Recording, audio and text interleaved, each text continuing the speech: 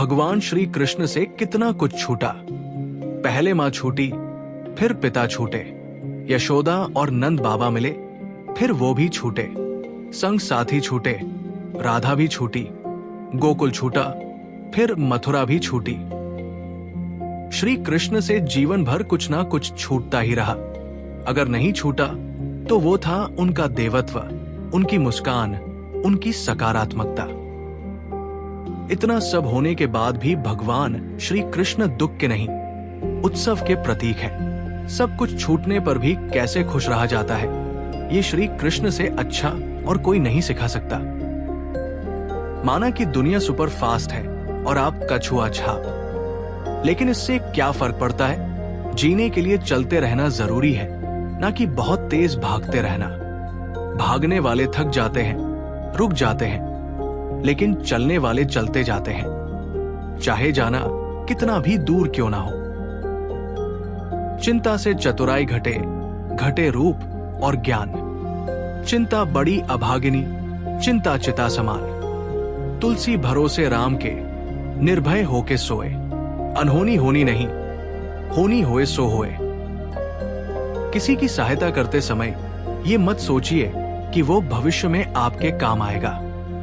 बस सहायता करके भूल जाइए, क्योंकि आशा का भाव ही भविष्य में आपके दुख का कारण बनता है। आप जो भी कर रहे हैं उसे परमात्मा देख रहा है। दूसरे जो कर रहे हैं उसे भी परमात्मा देख रहा है। ना किसी को जताइए, ना किसी को बताइए। बस इतना विश्वास रखिए कि जब ईश्वर ने उसकी सहायता के लिए आपको भेजा है तो निश्चित ही जब आपको आवश्यकता होगी तो वो किसी ना किसी को जरूर भेज देगा। काबू में रखिए प्रार्थना के समय अपने दिल को।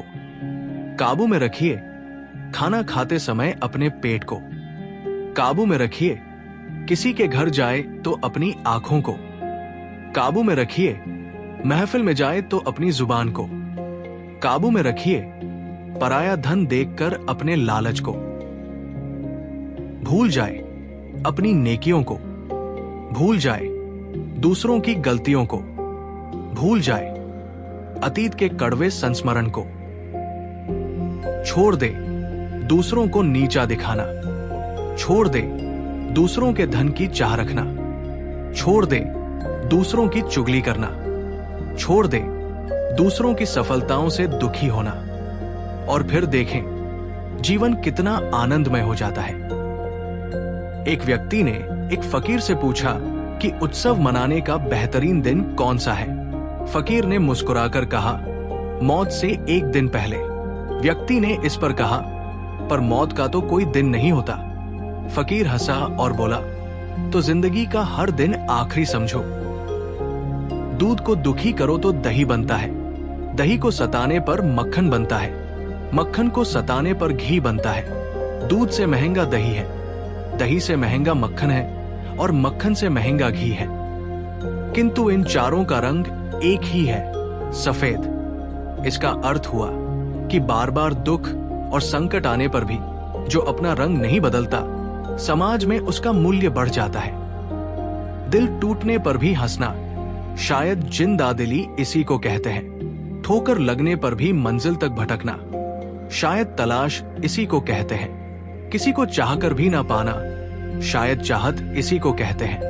टूटे खंडहर में बिना तेल के दिए जलाना, शायद उम्मीद इसी को कहते हैं।